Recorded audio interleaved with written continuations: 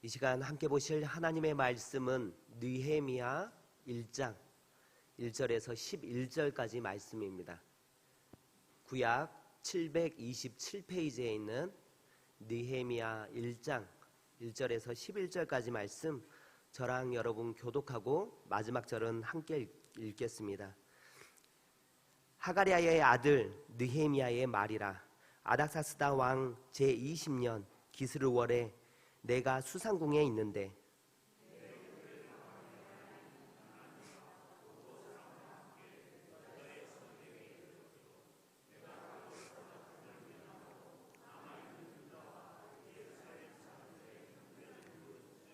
그들이 내게 이르되 사로잡힘을 면하고 남아있는 자들이 그 지방 거기에서 큰 환난을 당하고 능욕을 받으며 예루살렘 성은 허물어지고 성문들은 불탔다 하는지라.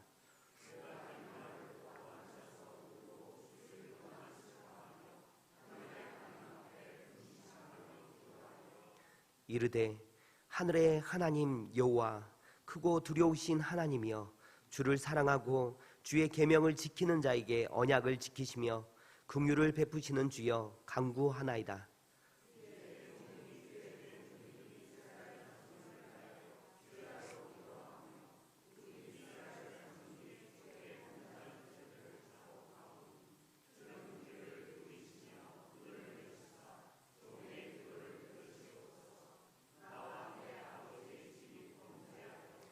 주를 향하여 크게 악을 행하여 주께서 주의 종 모세에게 명령하신 계명과 율례와 규례를 지키지 아니하였나이다.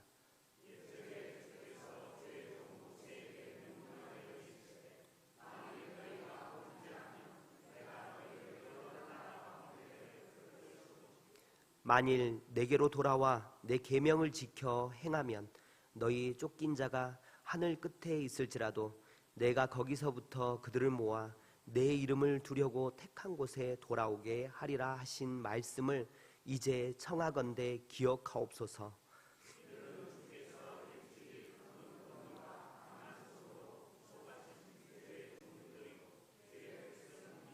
함께 읽겠습니다. 주여 구하오니 귀를 기울이사 종의 기도와 주의 이름을 경외하기를 기뻐하는 종들의 기도를 들으시고 오늘 종이 형통하여 이 사람 앞에서 은혜 있게 하옵소서 하였나니 그때에 내가 왕의 술관원이 되었느니라. 아멘. 일생일대라는 말은 인생에 있어서 가장 중요한 순간을 수식할 때 많이 사용됩니다. 일생일대의 기회, 일생일대의 선택, 일생일대의 사건. 아브라함에게는 모리아 산에서 이삭을 제물로 바치는 그 순간이었고, 에스더에게는 모르드게 이때를 위함이 아니니까 라는 이 소리를 하나님의 음성으로 듣고 반응하는 순간이었으며, 느헤미야에게는 예루살렘의 소식을 듣고 수일 동안 울고 금식하며 하나님 앞에 모든 것을 내려놓고 기도하는 순간이었습니다. 우리에게 찾아올 일생일대의 순간에 하나님을 기쁘시게 하는 모습으로 나아가는 저와 여러분 될 수 있기를 주님의 이름으로 축원합니다. 느헤미야서는 특별히 우리가 하나님의 백성으로 세상 속에서 어떻게 살아갈 건가를 잘 보여줍니다. 느헤미야는 당시 페르시아 아닥사스다 왕, 그러니까 아닥사스다 왕은 에스더를 왕으로 삼았던 아하수에로의 아들입니다. 그러니까 아닥사스다 왕의 술관원이었습니다. 고대 왕들은 항상 독살 그리고 암살 이런 위험이 항상 있었기 때문에 술관원과 떡관원을 옆에 두었습니다. 그들을 두어서 왕이 먹고 마시는 음식과 또 마시는 음료를 사전에 검사하고, 그리고 공식 석상이나 사적인 자리에서도 늘 동행하면서 왕의 안전을 지킬 뿐만 아니라 어떤 조언을 구할 일이 있을 때 그 술관원에게, 그 떡관원에게 그것을 조언을 구하며 이야기를 합니다. 그래서 꼼꼼하면서도 순발력이 있어야 하고 과묵하면서도 말주변이 좋아야 합니다. 정직하면서도 실력이 있어야 하고 지혜롭고 왕이 신뢰할 만한 사람을 그 자리에 세웁니다. 아무나 할 수가 없겠죠. 네, 그래서 술 맡은 관원은 중요한 자리였으며 느헤미야는 히브리계 포로 3세 출신으로 페르시아 권력 최상위층까지 오른 상당히 출세한 인물이었습니다.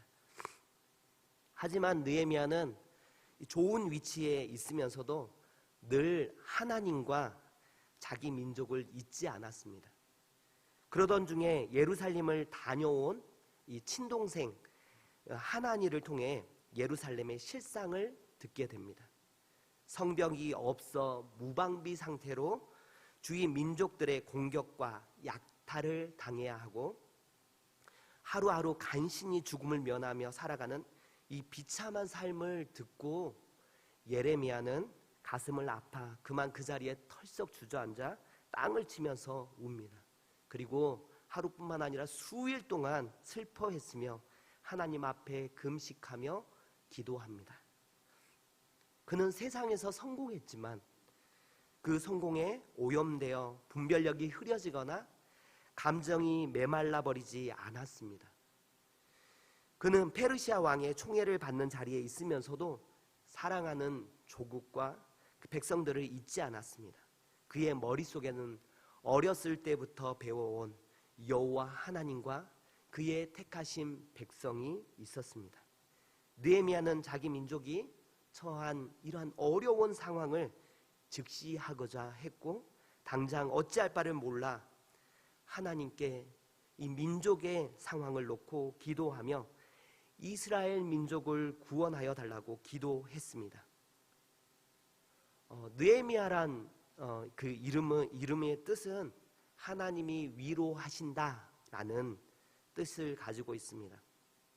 그는 이제 그 이름의 의미대로 하나님의 손에 들려 고통받는 자기 민족을 위로하고 회복시킬 결심을 하기 시작합니다.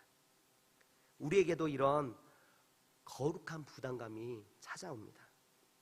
내가 도와야 할 사람, 복음을 전해야 할 선교지, 그전에는 보이지 않던 그것이 나에게 부담감으로 다가오는 그 순간들이 있습니다. 우리의 마음을 무겁게 하는 그것이 눈에 보이기 시작합니다.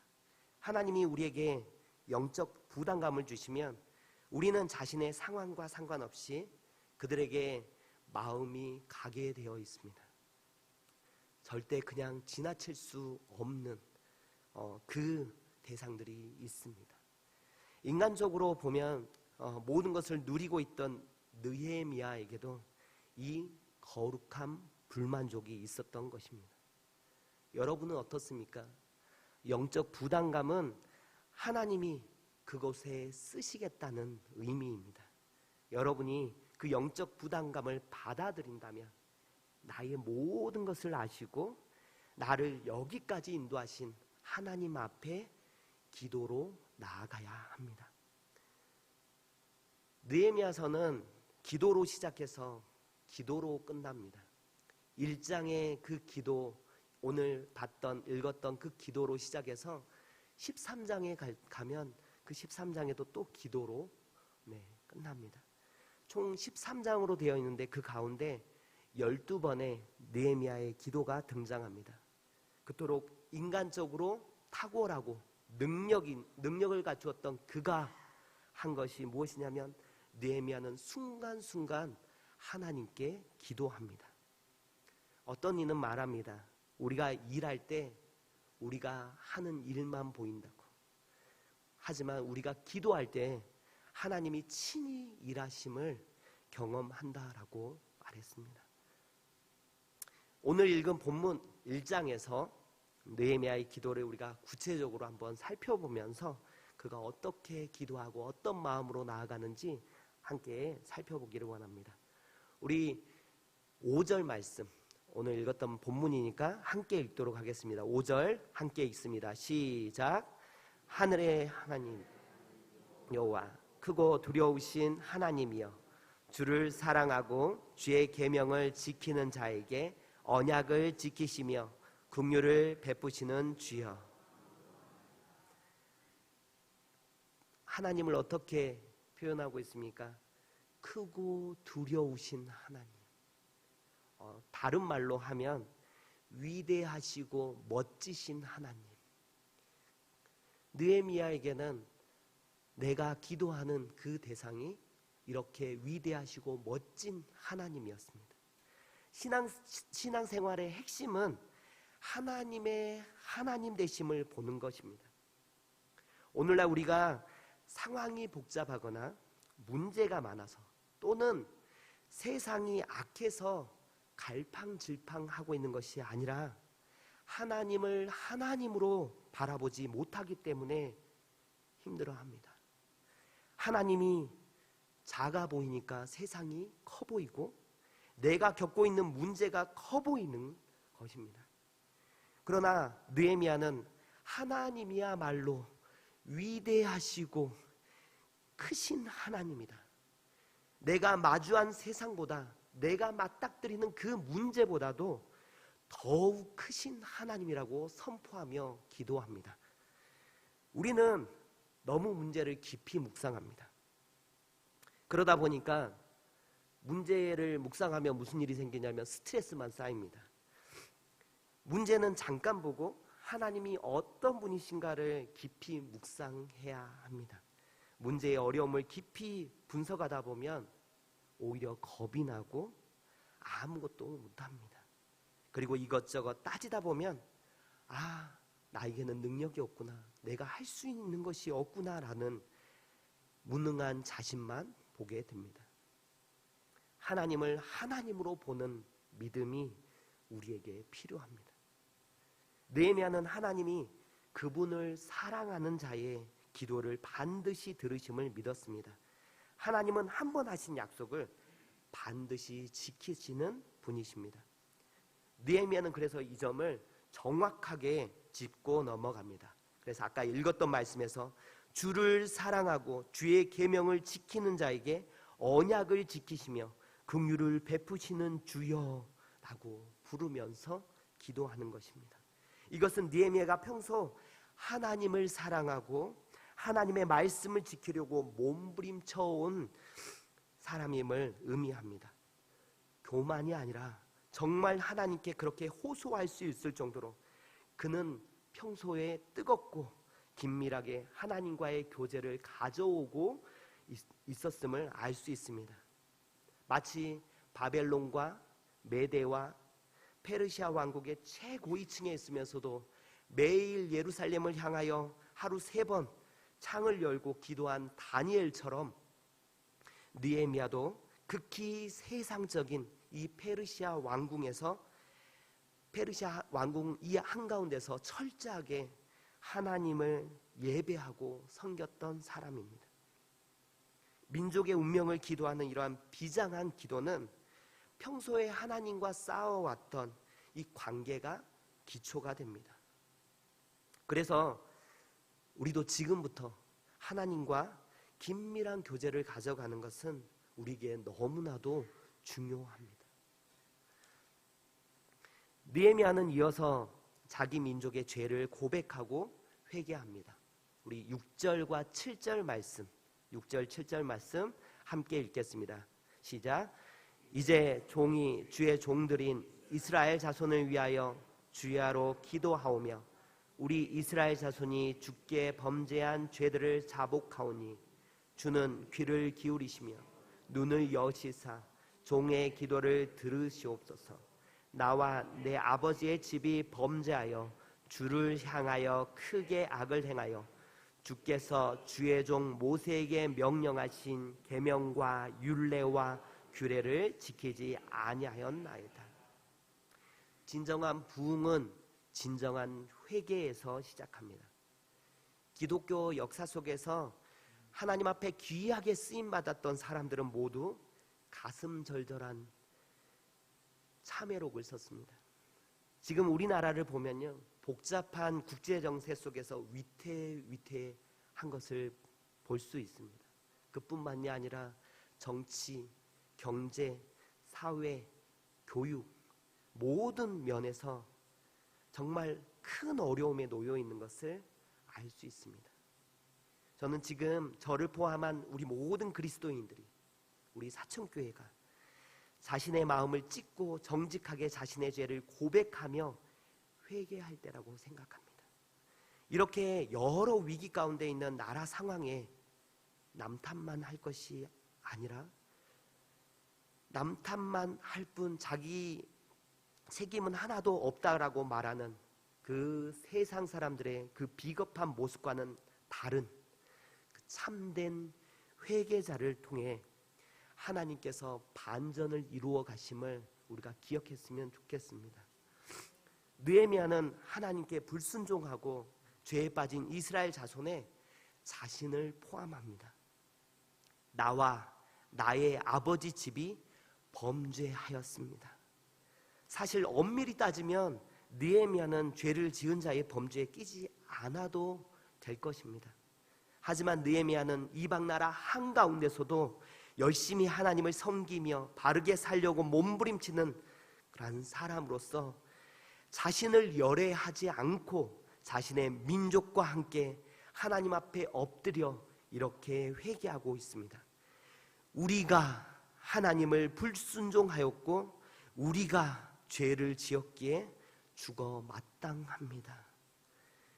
우리나라 일부 기독교인들과 일부 교회들이 부끄러운 모습을 보여주고 세상의 지탄을 받을 때가 참 많습니다. 교회와 그리스도인이 세상의 조롱거리가 될 때 우리까지 그들을 비난하는 그 대열에 동참할 필요는 없습니다. 함께 욕하고 비난한다고 우리가 깨끗해지지는 않습니다.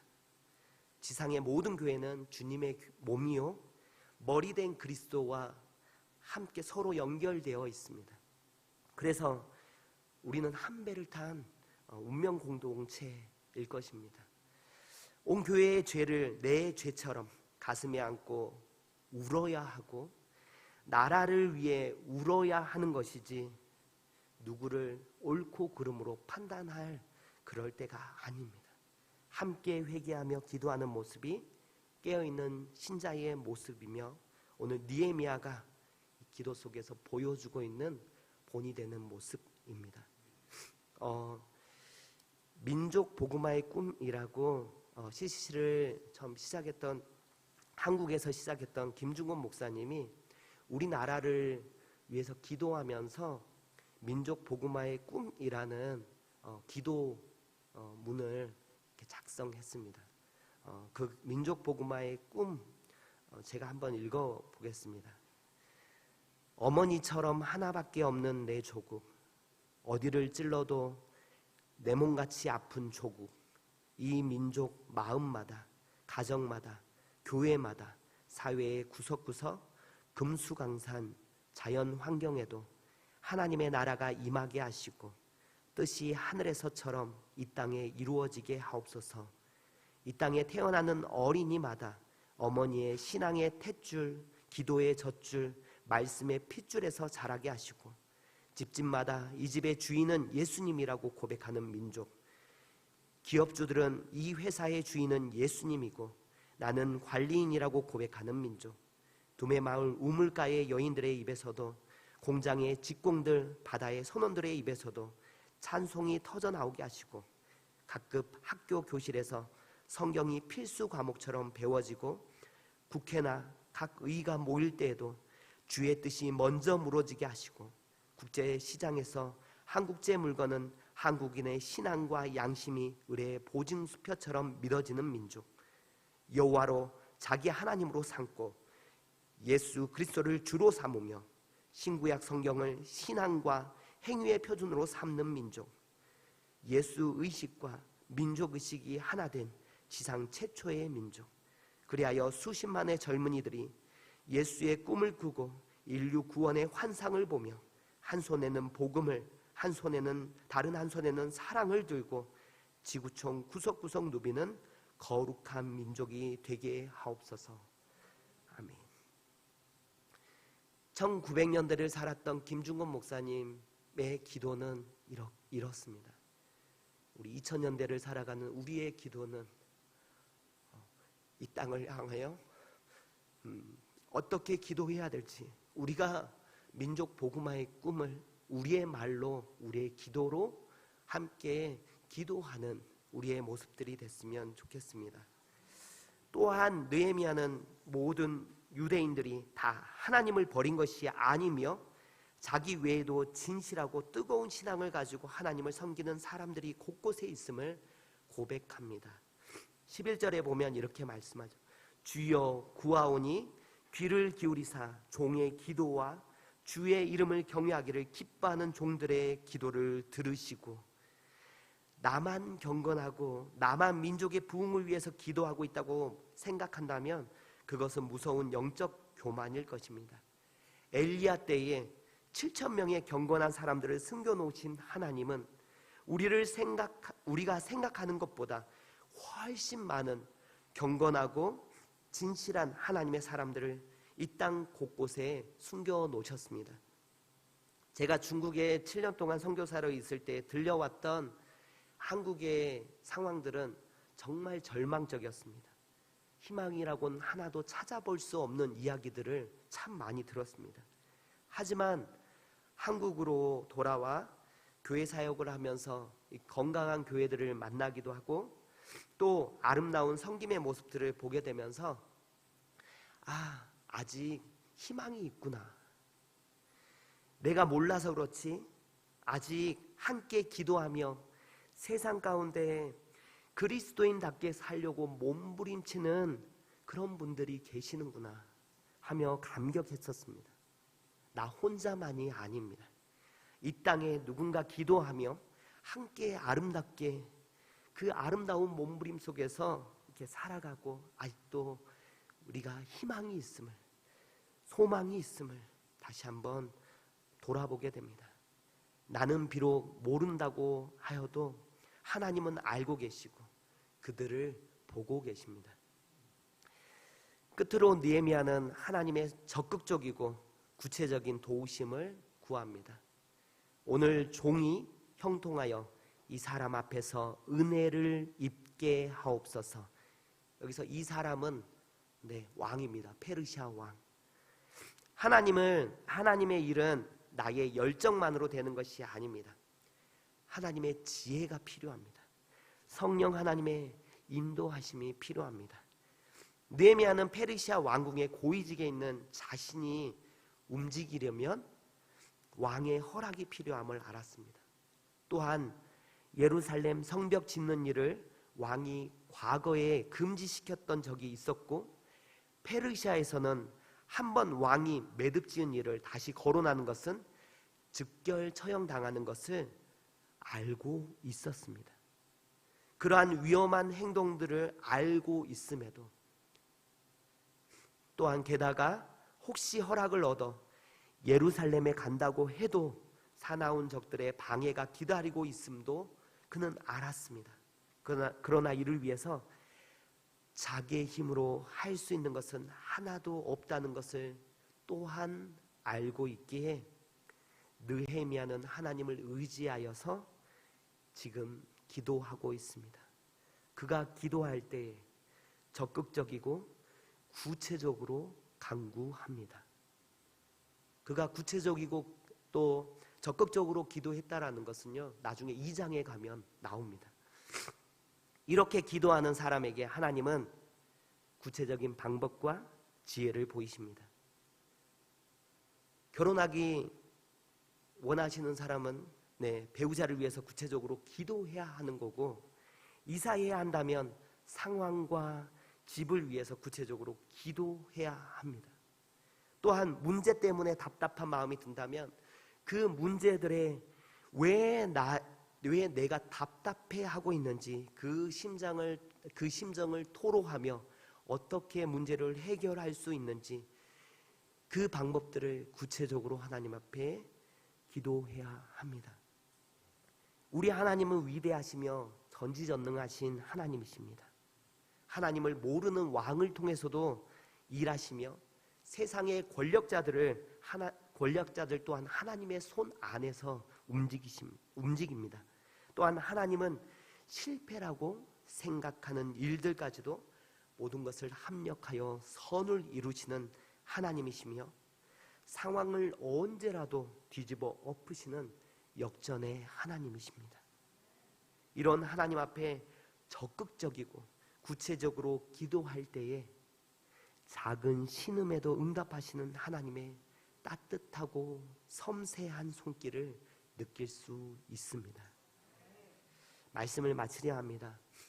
스코틀랜드의 종교개혁자 존 낙스는 기도하는 한 사람이 기도하지 않는 한 민족보다 강하다라고 말했습니다.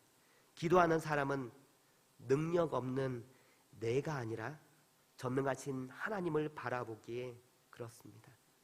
또한 내 뜻을 이루기 위해 노력하는 것이 아니라 하나님의 마음을 알게 되고 하나님의 뜻을 깨닫게 될 때에 언제든 나의 모든 것을 내려놓고 순종하는 사람이기에 그렇습니다.